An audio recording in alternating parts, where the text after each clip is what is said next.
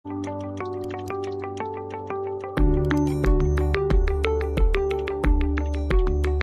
bahwa kita itu menjadi orang harus hablum minallah wa hablum minan nas, seperti itu.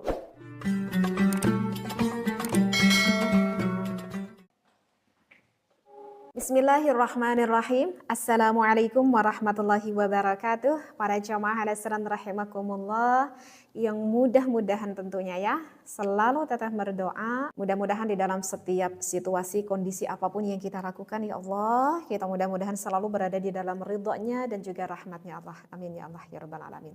Kali ini teteh membawa kembali kitab Nasihatul Ibad. Gak tahu ya, akhir-akhir ini teteh lagi senang aja gitu ya ngaji kitab Nasihatul Ibad. Mudah-mudahan dari ilmu yang sebentar lagi teteh bacakan, kita semua bisa mengambil manfaat ilmunya, dan tentu kita mengharap kepada Allah bisa melaksanakan setiap ilmu yang sudah kita dapatkan. Amin ya Allah ya rabbal alamin.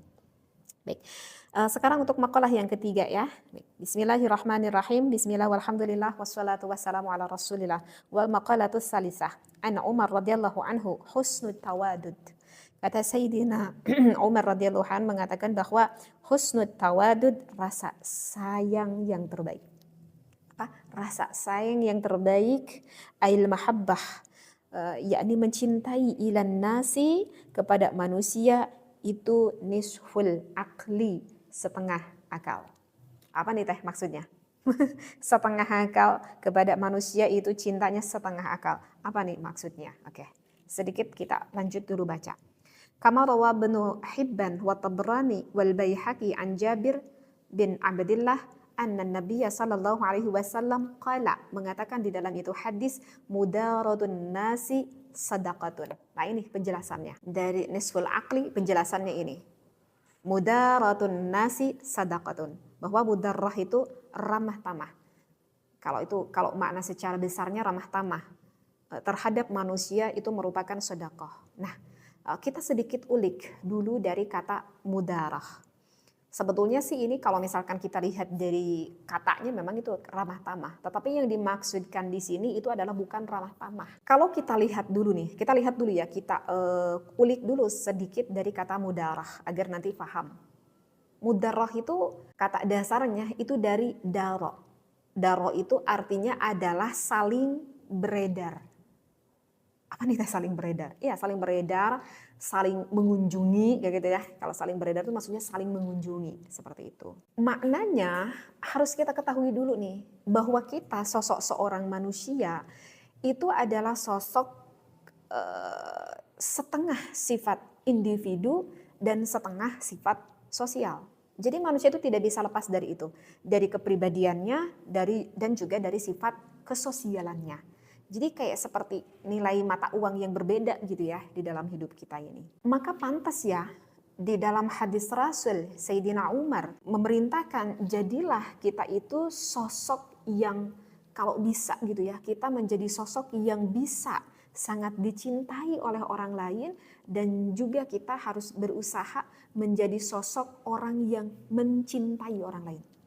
Ya, sekali lagi agar kita terapkan sugesti di dalam kehidupan kita, kata sahabat, kata Rasulullah, jadilah kita orang yang kalau bisa kita jadi orang yang bisa disayangi atau dicintai orang lain, dan kita sendiri yang mempunyai rasa cinta terhadap orang lain. Ini sebetulnya Masya Allah kalau kita tafakuri ulik lebih dalam, ini sungguh sangat tinggi sekali nilainya dari hadis ini. Maka betul kan di dalam ini keterangan barusan di dalam ini kitab bahwa nisfu, setengahnya, seperti itu. Jadi ya segimananya jeleknya orang, segimana buruknya orang, itu tetap yang namanya orang, yang namanya manusia, pastilah ada kebaikannya.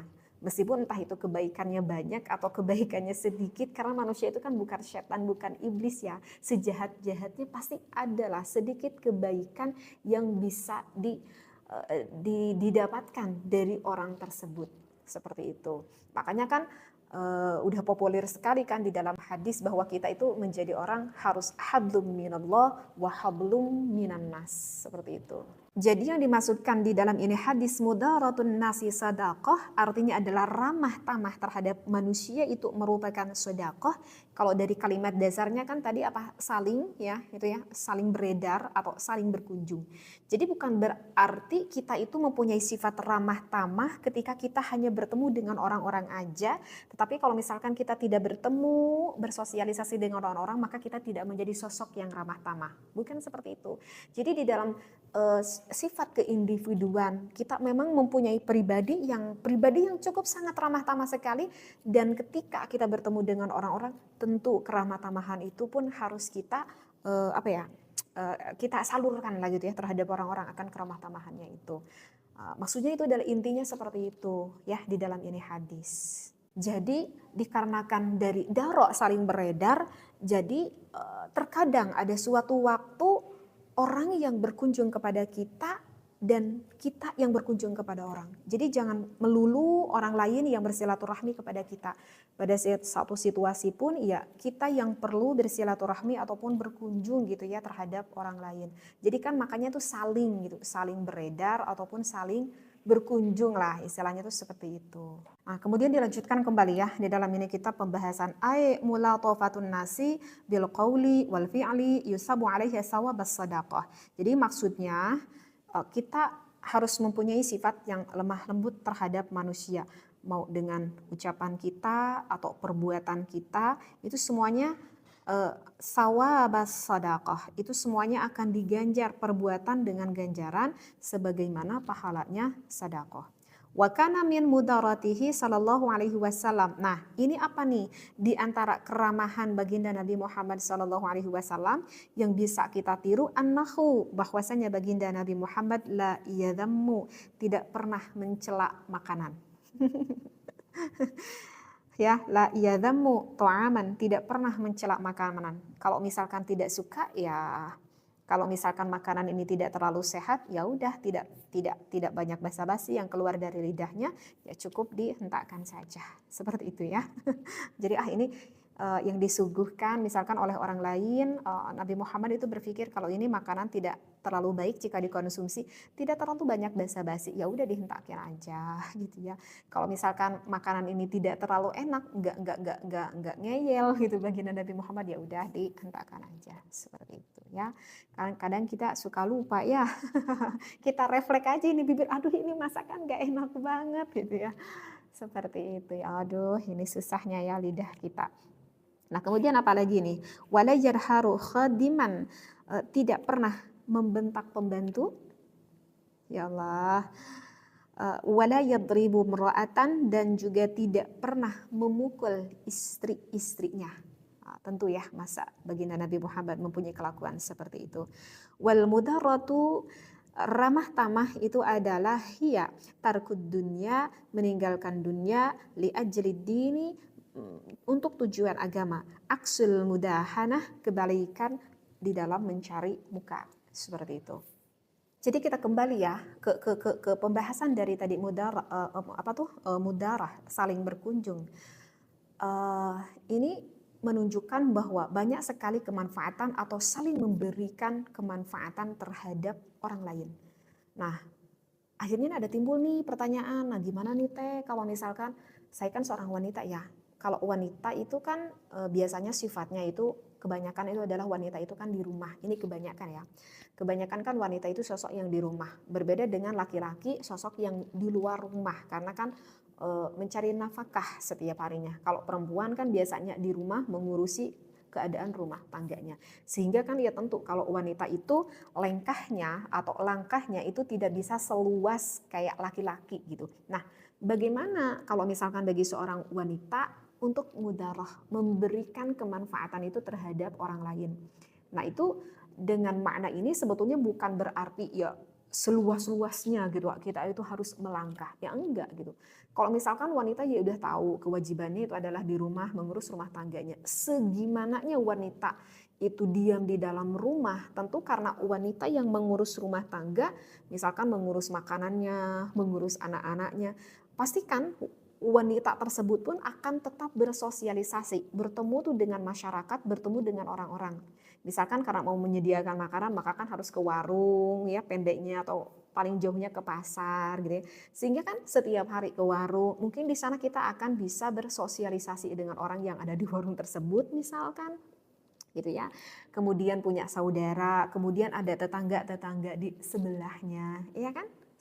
Berarti kan itu tetap manusia itu tidak bisa lepas dari sifat keindividuan dan juga sifat kesosialan seperti itu. Nah, maka sejauh mana sih respek hati kita atau kepedulian kita terhadap orang lain gitu ya. Misalkan tetangga kita yang nggak bisa makan sama sekali, kita punya harta yang lebih melimpah, ya kita mah hare-hare aja gitu hatinya, nggak peduli sama sekali ke tetangga kita. Nah itu yang dikatakan mudaratun nasi sadaqah. Berarti kita belum mempunyai sifat jiwa mudaroh dalam hati kita. Kalau kita hanya egois memperdulikan diri kesenangan kita aja atau minimal keluarga kita aja tanpa memperdulikan orang yang ada di sekitar kita. Nah, itu kalau misalkan kita apa ya kayak ke sifat wanita gitu ya, biasanya identik di rumah seperti itu.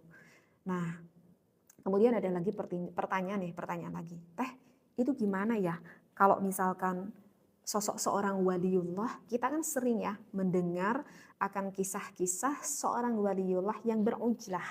Ya kan? Sering kan kita mendengar kisah seorang waliullah yang berujlah, sengaja menenangkan diri begitu ya, tanpa bergaul dengan masyarakat, dia berujlah aja, diam aja sendiri begitu ya. Nah, ini yang harus diluruskan. Memang banyak sekali para waliullah berujlah ya, tetapi tetap pada ujung-ujungnya itu para waliullah akan kembali kepada masyarakat. Tetap pada ujung-ujungnya semua waliullah akan kembali kepada masyarakat, mensyiarkan agama, bersosialisasi dengan masyarakat.